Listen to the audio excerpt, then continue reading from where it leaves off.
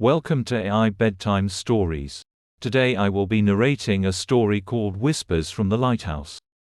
If you like these bedtime stories, please feel free to leave a comment. The story begins now in the quaint coastal town of Morwen Bay. The silhouette of an ancient lighthouse loomed ominously over the rugged cliffs. The lighthouse, known as Morwen's Beacon, had stood abandoned for decades, with locals avoiding it, especially after dusk. Tales of strange occurrences and ghostly apparitions surrounded it, adding to its enigmatic charm. Clara, a journalist from the city, arrived in Morwen Bay, intrigued by the myths.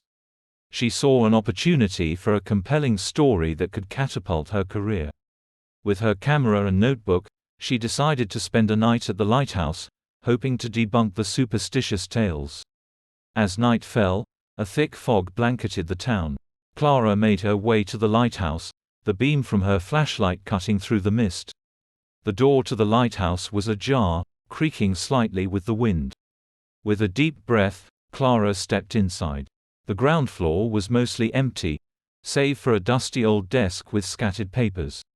Ascending the spiral staircase, she reached the top where the massive lantern room awaited. The once magnificent Fresnel lens now lay cracked and clouded by years of neglect. As the clock struck midnight, Clara began to hear faint whispers. Startled, she looked around but saw no one. The whispers grew louder, forming into discernible words: "Beware the light. Beware the light." Suddenly, the lantern room lit up with a blinding brilliance, and the beam from the lighthouse pierced the foggy night. Clara, shielding her eyes, stumbled down the stairs, trying to escape the overwhelming luminosity. But every door she tried was inexplicably locked. Meanwhile, in the town below, the citizens of Morwen Bay awoke to the sight of the lighthouse beam after decades of darkness.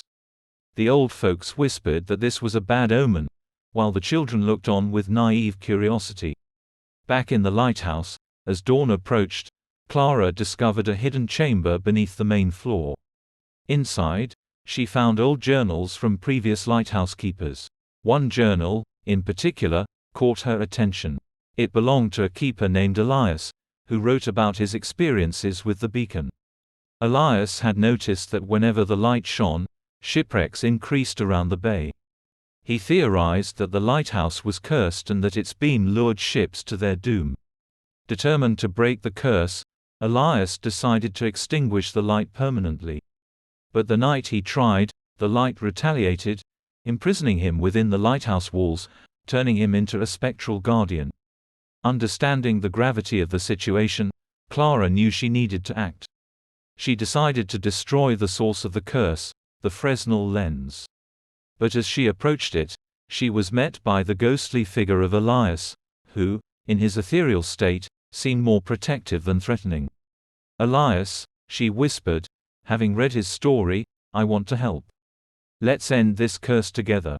With his guidance, Clara began a ritual mentioned in the journals, using salt and chanting incantations.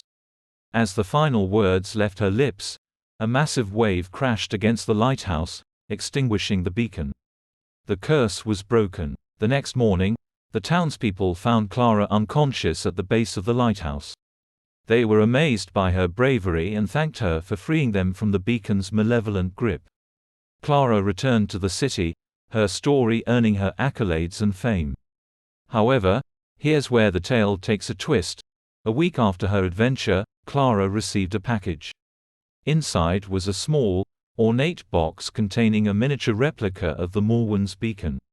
It seemed harmless, even charming. But that night, as Clara slept, the miniature lighthouse on her bedside table lit up, casting a spectral beam, and once again, the whispers returned: "Beware the light." In her quest to end one curse, Clara had unknowingly become the bearer of another, proving that some legends, no matter how hard one tries, never truly die.